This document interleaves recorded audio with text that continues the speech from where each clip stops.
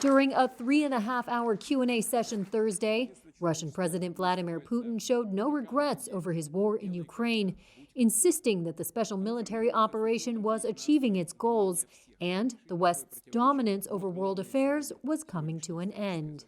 World domination is what the so-called West bet on in its game. But that game is, without doubt, a dangerous, bloody, and I would say filthy one. It's one that denies the sovereignty of countries and nations, their distinctiveness and uniqueness disregarding the interests of other states. Taking questions from audience members who lavished him with praise. You have a lot of supporters and a lot of lovers for Russia and mainly for President Putin. Putin hardly mentioned Ukraine, instead railing against the West.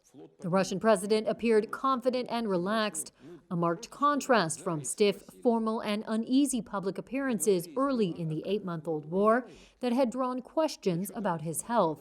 Putin said liberal Western leaders had undermined traditional values around the world and forecast an unpredictable and dangerous future. Мы стоим на историческом рубеже.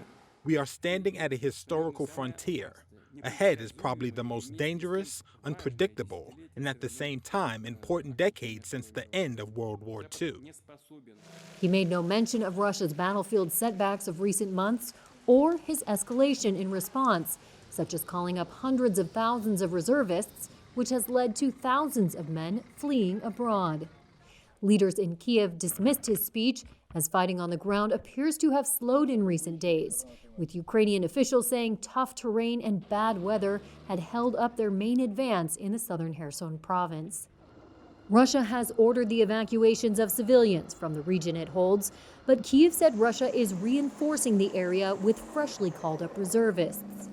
Putin on Thursday repeated Russia's latest allegation that Ukraine was planning to use a so-called dirty bomb to spread nuclear material, which the United States, Britain, and France have called transparently false. Meanwhile, Kiev said Russia was pressing ahead with a campaign to destroy critical infrastructure ahead of the winter with drone and missile strikes.